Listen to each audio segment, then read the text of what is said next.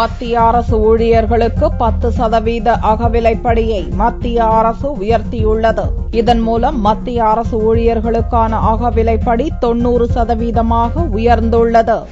மத்திய அரசு ஊழியர்களுக்கு விலைவாசியின் அடிப்படையில் அகவிலைப்படி உயர்த்தப்படுகிறது.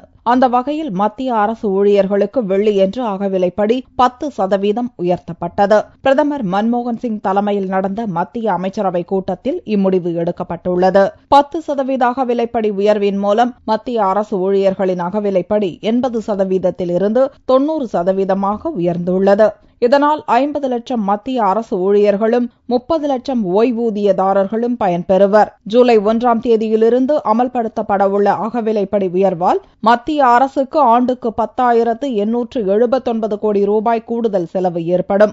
2013-2014 நிதியாண்டில் மட்டும் 6,297 கோடி ரூபாய் செலவாகும் என்று மத்திய அரசு தெரிவித்துள்ளது.